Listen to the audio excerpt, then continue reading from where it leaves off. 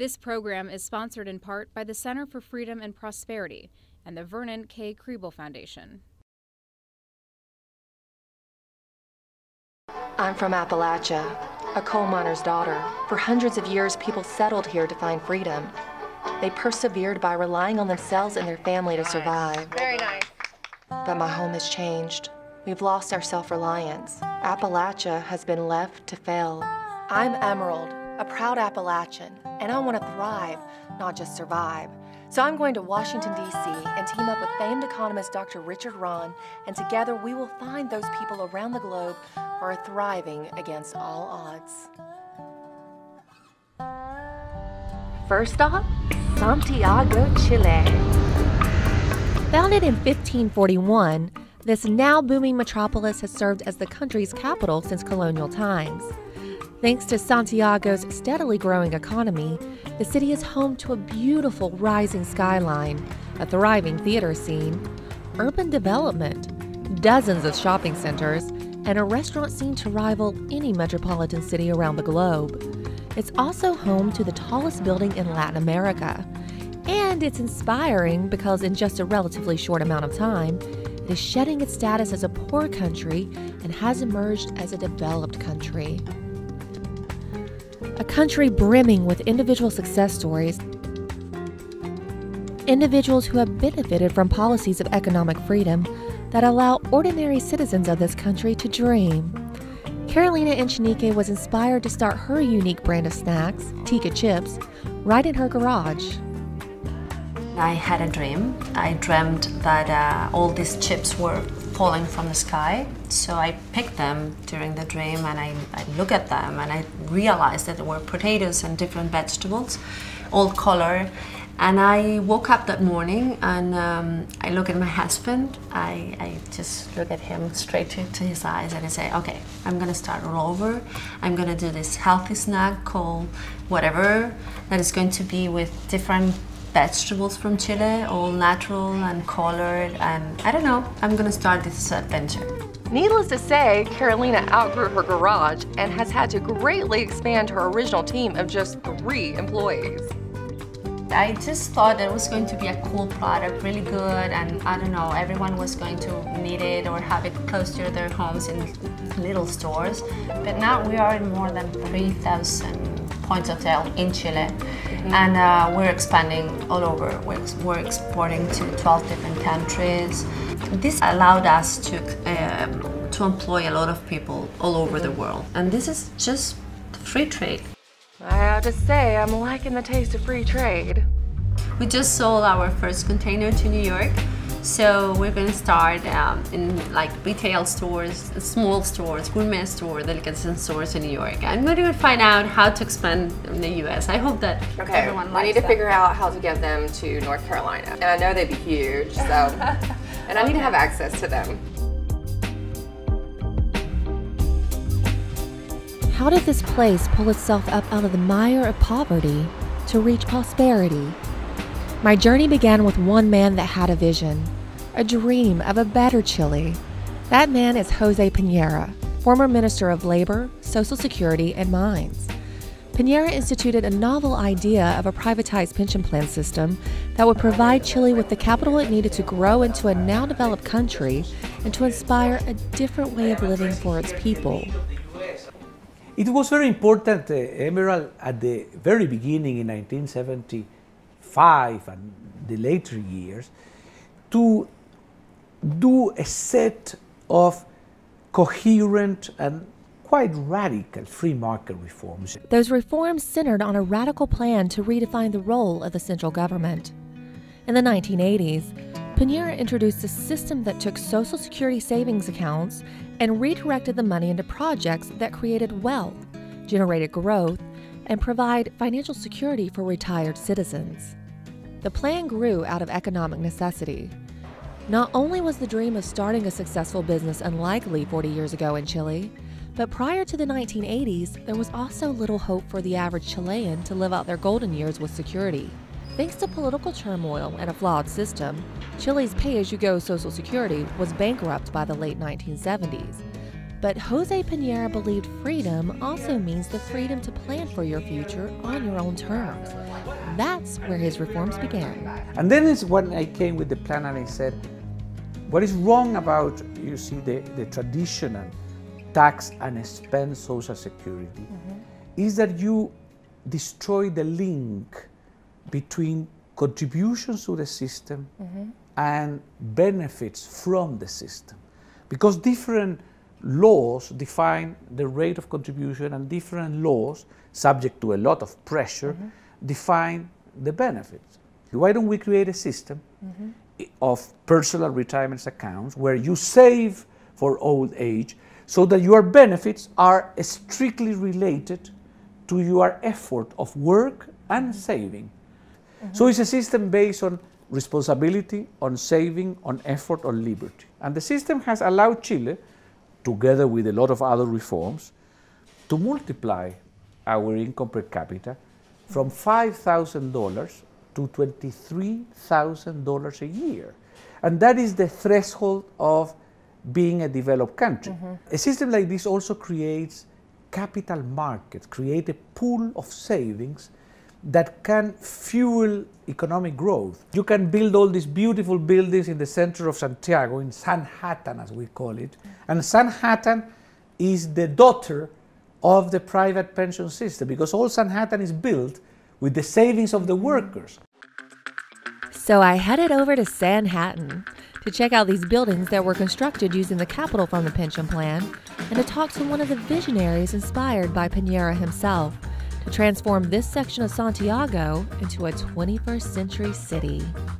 Welcome to Chile. Thank you. So nice to meet you. Francisco Roncoret, CEO and founder of Territory Real Estate Group, remembers growing up in a Chile where poverty persisted and survival wasn't easy.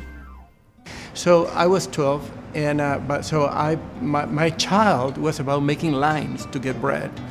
Making lines at the supermarket to get oil. My mother used to send me, as you were in your state. I mean, we didn't have provisions to feed the family. My vision of freedom was very limited because basically I wasn't free. I didn't have food. It's just as simple as that. But the word freedom became more than a distant idea when Piñera and his colleagues began to make real changes in the 1980s, and economic theory was put into practice. Most of them realized that prosperity to Chile would come out of a freedom, economic freedom, because freedom is what activates innovation. Freedom is what gives you that extra effort that you need to get a business going. After attending school in the States and working abroad, Roncoret returned to Chile in 1997 and founded Territory Real Estate Group. Francisco has played a crucial role in the development of Midtown Santiago, the El Golf District, including Santiago's first mixed-use building, the beautiful Territoria 3000 in 2012. So when I came back to Chile, I spoke to Jose and I said, Jose, you know what? Chile will have its Midtown. So we did the first building on Isidora Goyenechea, which is a boulevard nearby here. And I'm very proud to say that, we created Midtown Santiago.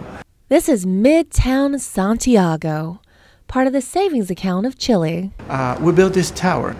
This tower had been sold to German pension funds. That means that the Germans in Munich believe that it's actually more sound to have a rent in Chile, in pesos, for their future welfare, social security, than in Germany. The economic boom did more than create jobs for Chileans and grow the cityscape of Santiago. It had another interesting effect that I wanted to see firsthand: beachfront living for the average Chilean. 30 years ago, the Strip was nothing but rock and sand. A lot has changed here with freer economic policies. The wealth to create these beautiful condos came from new productive and innovative businesses in Chile. Pedro Larocque, entrepreneur and member of Chile's middle class, invited me to take in the view from his oceanfront condo in the beautiful Viña del Mar. This is the really wonder of free market, of the free market revolution. We middle class people who can afford to buy their dreams of this incredible view to the ocean. You might agree with me that this is a $1 million view. It may look a lot like Malibu, but it sure doesn't cost as much as Malibu. I was born in 1975. I am, as you might say, a son of the economic free market revolution. Chile's coast has seen the takeoff that California's coast had half a century ago, but even the middle class gets to enjoy this oceanfront view. Ah, isn't it beautiful? Traveling the length of this amazing country made me realize how geographically diverse it is, and how Chile's geography within itself has been an obstacle to overcome for economic prosperity. A long, narrow country, about twice the size of California, it has an average width of only about 110 miles, with very arid desert in the north and rough mountainous terrain in the south. Chile is a land of extreme natural events, volcanic eruptions, violent earthquakes and tsunamis. In fact, Chile has been struck by 28 major earthquakes, registering more than 6.9 on the Richter scale in the 20th century. 2010 saw one of the strongest of these with an 8.8 magnitude. Sadly, an estimated 780 people were killed. But responding to nature's wrath became a critical test for Piñera's transformational theory. Economic freedom provided the resources to build more secure structures, as seen in the all-glass Territoria 3000 building, designed and built to withstand such events. To understand how far Chile has come, you need to know where it came from. Just 40 years ago, Santiago was a very different place. Almost half of all Chileans lived below the poverty line. Inflation was at 150%. The streets were not booming with business, and free trade was nearly non-existent. The word free was a foreign word in general. Chile experienced increasing political turmoil in the late 1960s and early 1970s, resulting in the rise to power of Marxist Salvador Allende, whose government was greatly influenced by Castro's Cuba. In 1973, Allende's government was overthrown in a coup d'etat.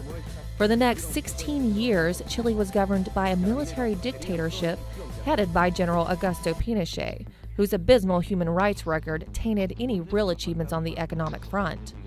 But full democracy was restored in 1990. Economic reforms were begun in the early 1980s, and the country went from one of the least economically free to one of the most economically free. Poverty in Chile has come down from 50% of the population that it was when we were beginning to 7.8% of the population. So what I said, the mission of our free market revolution was not to create a country without rich people, because freedom produces some rich people, but a country without poor people. If we are able to show the experience of countries where freedom has worked, we can do a great of good around the world, because not only Chile has been this successful, but after 10, 15 years of this experience, I began to spread the Chilean experience around first Latin America. I went to Peru, I remember, and now Peru is booming. And then we went to Colombia, the same thing, and Colombia is booming. And then to Mexico. So all the Pacific countries, for example, have a system of personal retirement accounts modeled after Chile. Now the average Chilean retires with more than the average American. The average annual rate of return has exceeded more than 9% over the last 30 years for Chilean workers, much greater than the 1 to 2% rate of return that U.S. Social Security pays. Let's put that into perspective. Where I can expect roughly $18,000 in today's dollars from Social Security at age 62, a Chilean colleague of my same age could retire with an annual pension of $55,000. That's more than triple what my yearly Social Security income might be, and my Chilean colleague can choose if and when they want to retire. But Piñera wasn't finished yet. He also transformed the way Chile engages with the rest of the world. He realized that prosperity could only be sustained by competing in the world marketplace. we began with opening the economy to free trade, lowering and eliminating import tariffs, import quotas, regulation, allowing Chile to both import the best products from all over the world, at the same time export in order to get the dollars to buy the imports. So that has created a huge export industry in Chile and huge new sector that we never dreamed. And salmon and fruits and software. And that created the incentives for the Chilean companies to increase their productivity because they had to compete to survive. And survive they have. I headed south to Patagonia to investigate a thriving business that has exploded onto the international scene. Aqua Chile does high-tech fish farming. Its owner, Victor Pucci, CEO of Aqua Chile, has built one of the largest high-tech fish farming businesses in the world.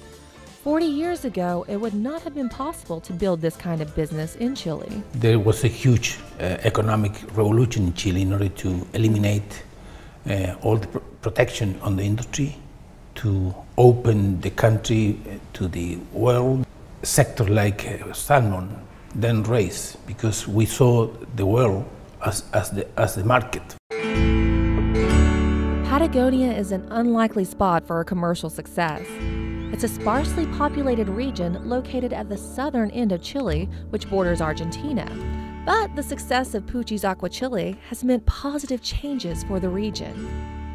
It's a land of dazzling explosions of islands, glaciers, icebergs, and mountains. This region is about as far as you can get away from Santiago in both climate and culture. Its beautiful but rough terrain makes it difficult to build roads, not to mention the formidable ice skates. Isolation and landscape made economic prosperity in Patagonia seem, well, improbable. In Patagonia, I grew up there. When we were sick, we went to a hospital in Argentina in the 60s, 70s. Really? Yes. I mean, Argentina was much closer. And what the salmon business did was to create communication every day, many times a day, because we were moving and we were moving people and moving raw material and production and harvest and everything. Yeah. So it was the social impact of the growth of this industry. It was really amazing. Also happened, many well-educated professionals from Santiago, from Valparaiso, went to work into the industry, and they brought a different view, they integrate with the local people. So it was really, has been a really good success. The main starting point was the decision of Chile, from economic point of view, to open the economy to the world. Now Aqua Chile exports salmon, tilapia, and all kinds of other tasty fish to 34 countries all over the world, making it affordable for people to have nutritious fish year-round. With its unique geography and a climate described as being midway between California and France, Chile is a perfect location for agriculture in general. However, the Mediterranean climate and the natural pest barriers of the Atacama Desert to the north and the ice fields of Patagonia to the south make it perfect for growing grapes and making wine. The wine came to Chile with the Spaniards. When they came, they brought the vines for, I guess, mass wine, and everybody drank wine at that time. But the wine, in a way, became a serious business in the second half of the 19th century. Thank goodness the doors opened up to allow the rest of the world to enjoy Chile's crisp Sauvignon Blanc and its flexible Cabernet Sauvignon that boasts many different attributes. In the 1980s, most of the companies started looking outside Chile. The economy was not that big to justify so many companies. Most of them, Santa Carolina is one among them, and we may be an example of how to grow outside, but we started growing in many different countries outside Chile, mainly Europe at the time, the US, Canada. In the 1980s, export business was 0 or 5% of the company at the most, and now, at least for us, more than 90% of our volume is devoted to export. Our market now changed from being Chile to the world. Smaller Chilean vineyards also have their place in the global market. According to Ricardo Peña of Viña Quebrada de Macul, competition encourages creativity in producing smaller labels. We are competing against wineries all around the world, and there is a lot of competition. And that's why we need to focus ourselves in producing something different, something that identifies itself with the land, with Chile, rather than trying to produce an international wine, which will be difficult to differentiate from other wines from the world. Thank goodness for free trade. It would be a shame for the rest of the world to be missing out on this.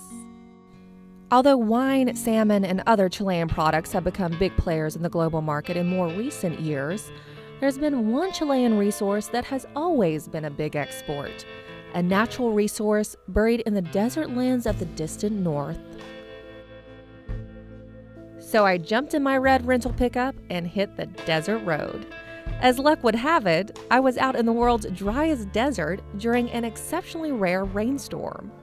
We've been traveling east from Calama to San Pedro, and along the way there has just been some amazingly beautiful landscapes. The Atacama Desert is just gorgeous. In fact, right now I'm standing in front of a world-famous landmark known as Valle de la Luna, or Moon Valley. It's just stunning, and we couldn't have picked a more perfect time to be here because, well, it's electric, if you can't tell from my hair. There's a storm right behind us, adding to the beauty of the desert and bringing out its gorgeous colors. I was struck at just how lovely the Atacama Desert was. Many Chileans I had encountered insisted that visiting the desert was a must, and they were right. The landscape and colors of this region were stunning. But I had to press on. I was headed to the city of Calama, where Chuquicamata Mines is located. What this land lacks in water, it makes up for in minerals, especially copper. Though the importance of copper declined somewhat in the 70s and 80s, this mineral still makes up 1/3 of the country's total exports.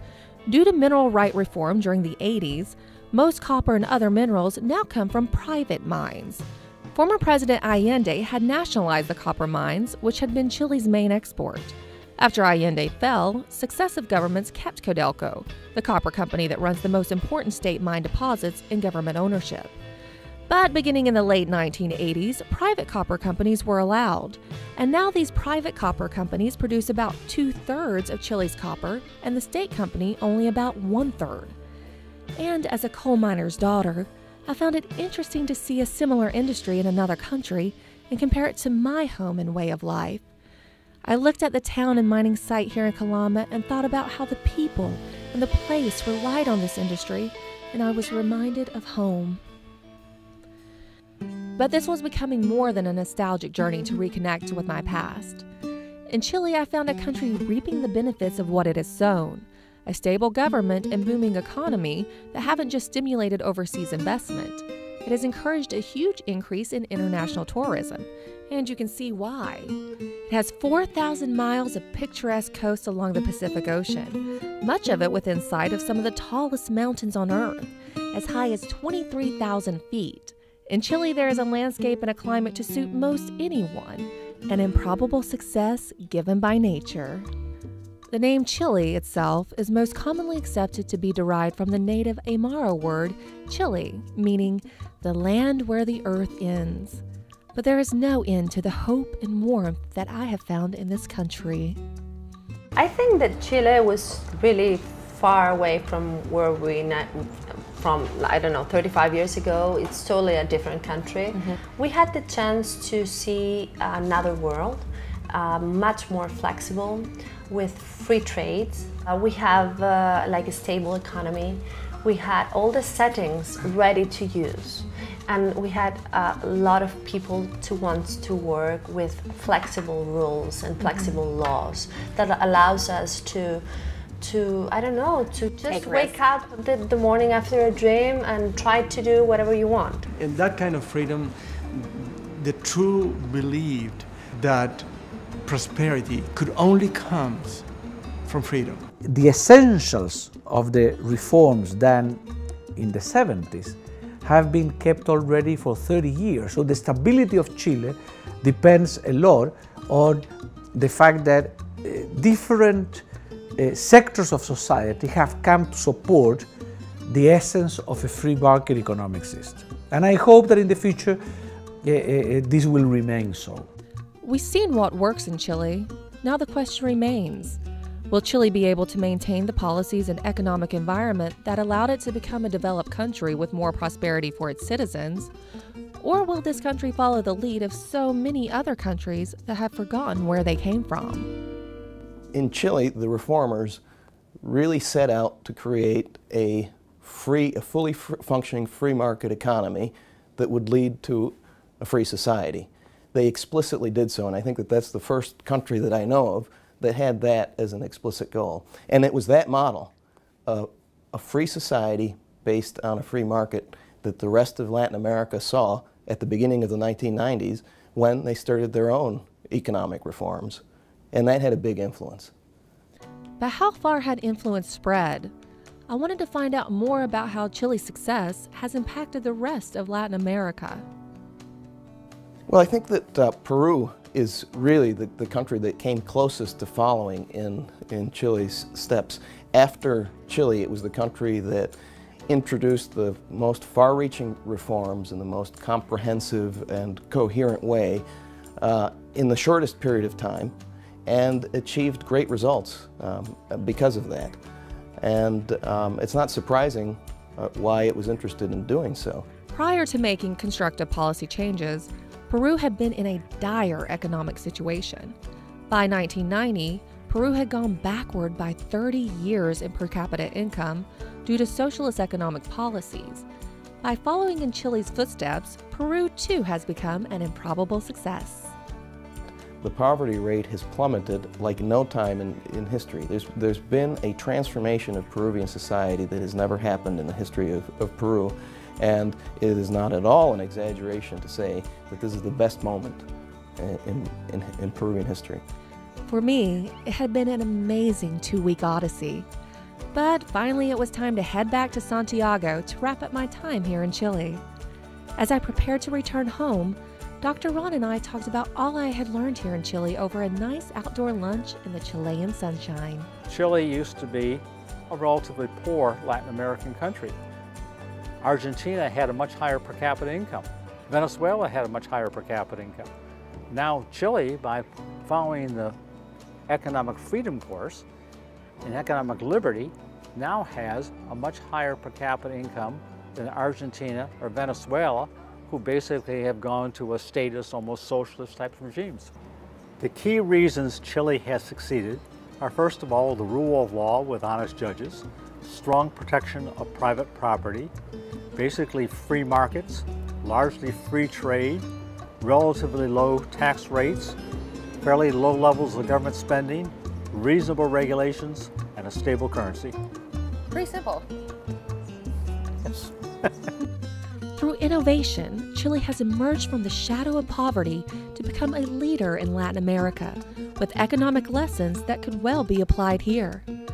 Despite its unusual geography and troubled past, this country is full of vibrant, inspiring, and warm people, and has declared itself as improbably successful.